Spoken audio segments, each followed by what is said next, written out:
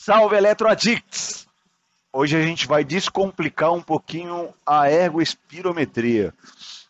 Hoje falaremos da presença da hipoventilação alveolar relativa, que muitas vezes é um achado que está associado à apneia obstrutiva do sono e não deve ser um achado ignorado no exame. Então, a gente tem um exemplo de um exame realizado há 3 dias atrás. O paciente do sexo masculino de 49 anos, pesando 112 quilos, 1,90 m, com um IMC de 31, indicando uma obesidade do tipo grau 1. O paciente é um ex-tabagista, onde cessou o hábito há 8 anos. A pressão arterial sistólica dele, no repouso, encontrava-se nos limites superiores da normalidade, com valores da pressão arterial sistólica de 140 e diastólica de 85 milímetros por mercúrio. Podemos observar que o teste ergoespirométrico dele foi um teste em rampa, onde o paciente, durante 9 minutos, conseguiu chegar à velocidade de 12,4 km por hora e 2 graus de inclinação, atingindo uma frequência cardíaca de 162 batimentos por minuto, que corresponde a mais ou menos 90% da frequência cardíaca predita desse paciente. Em relação ao eletro de base, é um paciente que tem um ritmo sinusal, um eletro com intervalo ERR regular, uma transição RS tardia, com a frequência de 73, e essa transição RS tardia pode estar associada ao perfil do paciente longilíneo e obeso grau 1. No pico do esforço, esse paciente não apresentou alterações significativas do segmento ST, podendo apresentar apenas essa ectopia atrial isolada, atingindo uma pressão arterial de 190 por 90 e uma frequência cardíaca de 162, sem outros achados agudos ou relevantes. Lembrando que no 8º minuto, esse paciente apresentava uma pressão arterial de 190 por 51, ou seja, um comportamento anormal da pressão arterial sistólica no 8º minuto de recuperação. Já era para ter recuperado pelo menos a pressão arterial de base ou de repouso. Dados ergoespirométricos. Vamos olhar agora de perto o VO2 máximo, o VO2 pico que esse paciente atingiu. A gente vê que no terço final do exercício ele consegue atingir um platô e exatamente no momento que interrompeu ele consegue reproduzir o VO2 pico que ele atingiu anteriormente, considerando esse VO2 como um VO2 máximo, chegando na casa de 3,9 de VO2 relativo, e após 90 segundos, esse VO2 relativo consegue diminuir mais do que 50% do que ele atingiu, ou seja, o VO2 T meio dele é normal.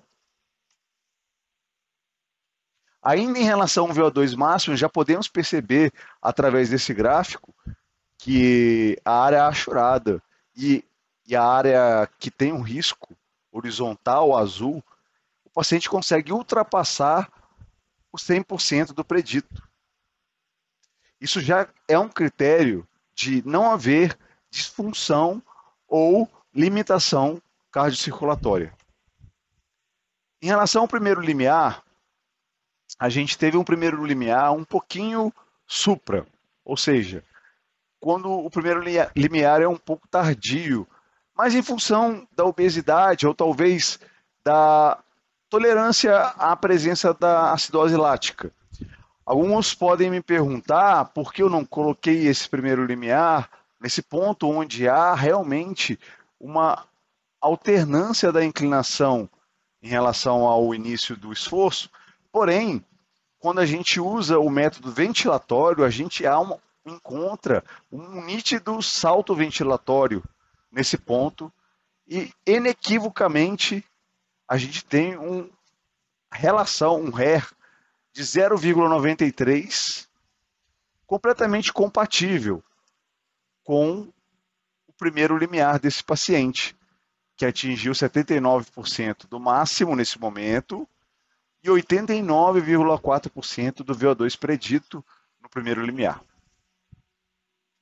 Em relação ao segundo limiar, já temos também uma presença de um salto ventilatório inequívoco e também uma mudança da inclinação no segundo limiar, atingindo um valor de 3,65 litros por minuto de VO2.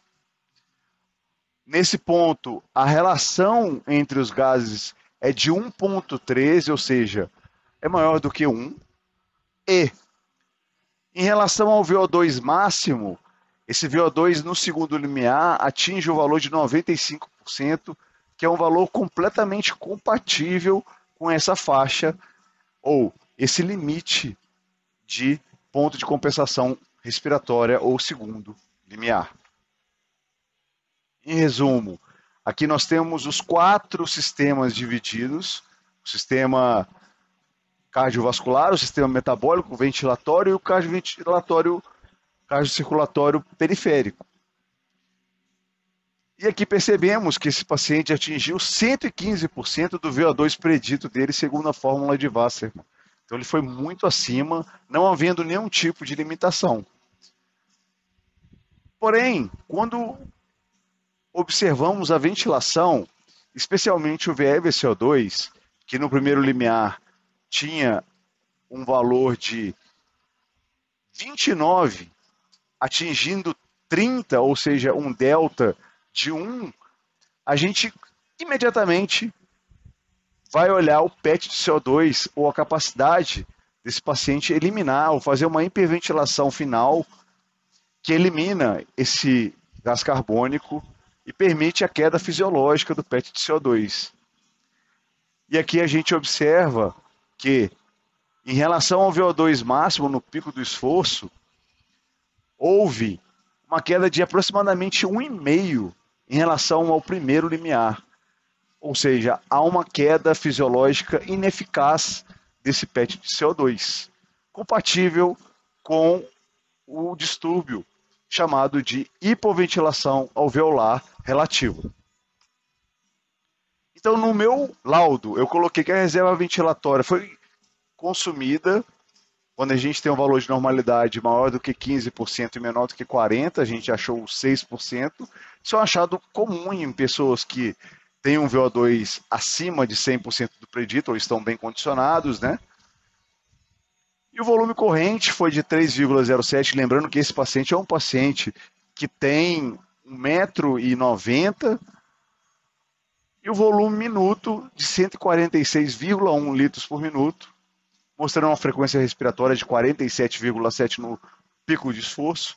E agora aqui, o VE/VCO2 no primeiro limiar em relação ao segundo limiar, houve um delta menor do que 3, saindo de 29, e aqui nesse ponto a gente esperaria pelo menos 35, mas não, ele atingiu 30, mostrando que houve uma hipoventilação alveolar relativa, comprovada através dos achados do PET de CO2, que no texto final ele tinha 34,2 no primeiro limiar e chegou a 32,9, ou seja, 33 no segundo limiar, mostrando um padrão típico dessas pessoas que têm a obesidade e a hipoventilação alveolar relativa como um achado e não uma limitação, apenas um distúrbio ventilatório bem típico de pessoas com esse tipo de obesidade do grau 1. Aqui a gente mostra que o VE/VCO2 slope ele foi de 30,4, mostrando uma classe 2 de arena, onde ele pode estar um pouquinho subestimado por conta da hipoventilação alveolar. E aqui a comprovação do VE/VCO2 no primeiro limiar em relação ao VE/VCO2, saindo de 29 e chegando a 29,4, mostrando que não houve um incremento esperado do equivalente ventilatório de CO2 entre o primeiro e o pico do esforço. O comportamento fisiológico do PET de CO2, a gente pode ver que após o segundo limiar, num exame normal, é de uma queda. Porque há uma hiperventilação compensatória nesse ponto, e nesse paciente, essa lavagem do PET de CO2 ocorre de uma forma ineficaz, onde a gente tem o primeiro limiar com 34 de VO2 e um segundo ou pico do esforço de 33. É muito pouco. Ele não lavou esse PET de CO2. Associado a isso, o VF-CO2 de 29 no primeiro limiar e de 30 no segundo limiar, onde eu esperava uns 34, 35 para esperar um comportamento fisiológico. Aqui a gente tem o gráfico da ventilação e dos gases ventilatórios, o comportamento dentro do primeiro e do segundo limiar. E o laudo, a gente crava que esse paciente tem um VO2 máximo de 115% do predito, ou seja, não há limitação ventilatória. Ventilatória não há, com asterisco, e não há limitação de trocas gasosas. A aptidão foi considerada regular para a idade e para o VO2 atingido desse paciente.